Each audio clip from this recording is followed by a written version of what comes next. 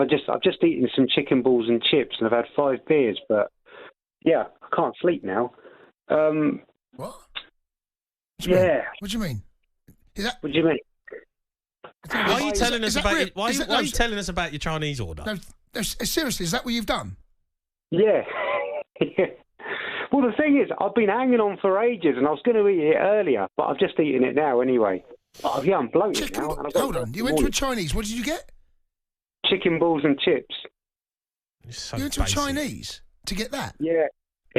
Chicken balls and chips is good though. 10 chicken balls and chips, bang on. What, from a Chinese? Oh, come on, mate. You get chicken balls from a Chinese. Don't get chips. Of course it's chips that's killing me. Yeah, of course you do. Everyone I love gets sweet and chips. sour chicken balls. Sweet and sour chicken balls, chips. Rice. Chicken chow mein. Yeah, well, you didn't say chicken chow mein, you said know. chips. Well, that's up to him. Maybe he didn't want to get the chow mein, but come on. Chicken balls and chips is on everyone's Chinese order. No, do you know what it is? No, I've never had chips from Chinese. Never in my life. Well, that sums you never. up. I've got my Christmas meal tomorrow, right? And I'm gonna have like rice and salad, and we're gonna go to a Turkish. So I'm thinking I can't have a curry tonight. So I'm thinking that's why just chicken. TJ, why are you talking to us about your Chinese order? Come on, mate. I know. Just get on with talking about what you want to talk about, will you? That's more fun than talking about Spurs. Now, look, guys, seriously. I've been telling you about Ange Postecoglou for ages, right? Oh, you changed. No, you haven't, GJ. Here we About go. 3 weeks ago, mate, honestly. Changes like the wind. You couldn't get enough of him. And now you're slaughtering him again. Jason, you actually stole my thunder because I actually tweeted Jamie tonight saying that Ange doesn't care about set pieces. See, you know, he was complaining after the game saying, oh, we went 1-0 down from a corner and then we had to chase a game. That's why we're open. I'm thinking, well, that's your own fault, mate, because you don't even focus on set pieces. You see, you don't care about it. So you reap what you sow, right? Well, yeah, but when you chase a game, you do leave yourself open, but... Look, I'll tell you what. Go on, what are you doing? I paid 250 quid to see us lose to Ipswich, and now I've paid a ton to see us lose to your mob. And what do you mean your mob? My mob? On Sunday. You might beat us, GJ. Might happen. No, but look, I tell you what, right, and I stand by this. If we get a draw, I will send in a bottle of Moet to Jamie. I promise. Because that's how confident I am. What about me? Well, he can share it with you if you want. But that's how confident I am that we're going to pick up nothing. You know, look, GJ, I get it. It's frustrating times at the moment. I feel like I'm going around in circles. I really do. It's painful to watch. It's painful to keep trying to defend it. And I'm done defending it. You know, you've got to sort it out at the back. And if we don't, he's going to lose his job. Simple as that.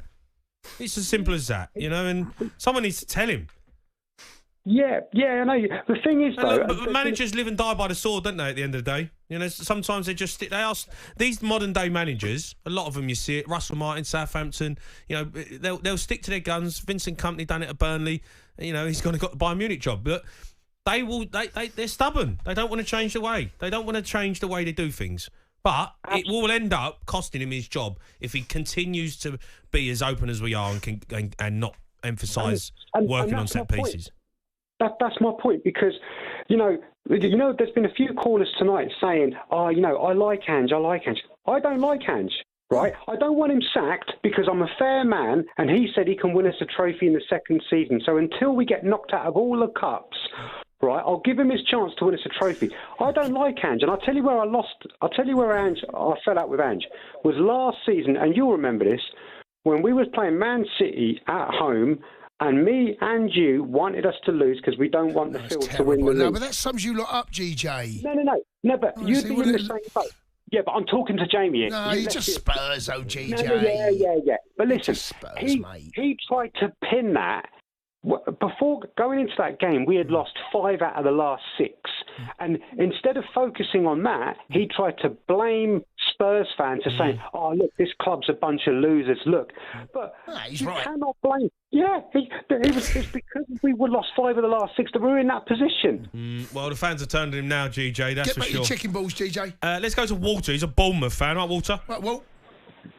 Hello. Hey. Walt. Hi. Yeah, that game was, from a Bournemouth fan perspective, it was brilliant. Yeah, played really well. We did everything except for finish. It should have been 5 or 6-0. Could have been. Surely. Well, you had chances to put the game to bed and you didn't. At 1-0, the game's always open. But you should have scored at least one, maybe two more. Yeah. Yeah, absolutely. I think we are being underrated at the moment. What makes you say that, Walt? Maybe it's just me and my mates, if I'm honest. No, I get it. Like, you're playing some good stuff, and people think, you're just Bournemouth, but actually, you got a good manager. You got some good players. You know, I really like Semenyo. For me, he's a really good player. Evan Nilsson works his towel off up front. He's good on the ball, holds it up. You know, like you got some good players. I was about to ask you about Evan Nilsson, Jamie. Go on. When I watch him press on the goalkeeper, in particular, he does this like weird, like sideways press, which I don't see many. Like a crab, you mean? Do. Like a crab. Well, what he's doing is he's trying to he's trying to force the goalkeeper into a decision, and that decision is either to play a straight pass into a midfielder or take another touch onto his weaker foot, and that's where so it's he's intelligent. It's called the crab press. And my next thing was that's what we see Callum Wilson do, but. It's to con the keeper, to think the keeper's got more time. It's a little, and then he goes. He done it against Wolves. Done it against Wolves, right? Yeah. Does a little, cons the keeper, thinks he's got more time, bang, and he goes scampers after him. He's quick. It's called the crab press. Yeah, he's good. And look, fair play. They're a good team, Bournemouth. And, I said it was going to be a tough game, and it turned out to be more than a tough game. They deserved the result. Up the cherries. Yeah, they deserved the win tonight. The credit where it's due. They've been playing well. They've got above us in the table. I feel like we've got to move on from this, mate. Mate, honestly, it's been terrible for me having to sit through this with you. You've loved it, hasn't it? Honestly, no, I've not. Been a long Jay, night. do you know what, mate? I need to lay down. Let's move on, mate. Honestly, we're going to move on. The Sports Bar with Jamie O'Hara and Jason Cundy. Monday to Thursday nights from 10 on AM, on DAB, via the talkSPORT app and on your smart speaker. talkSPORT.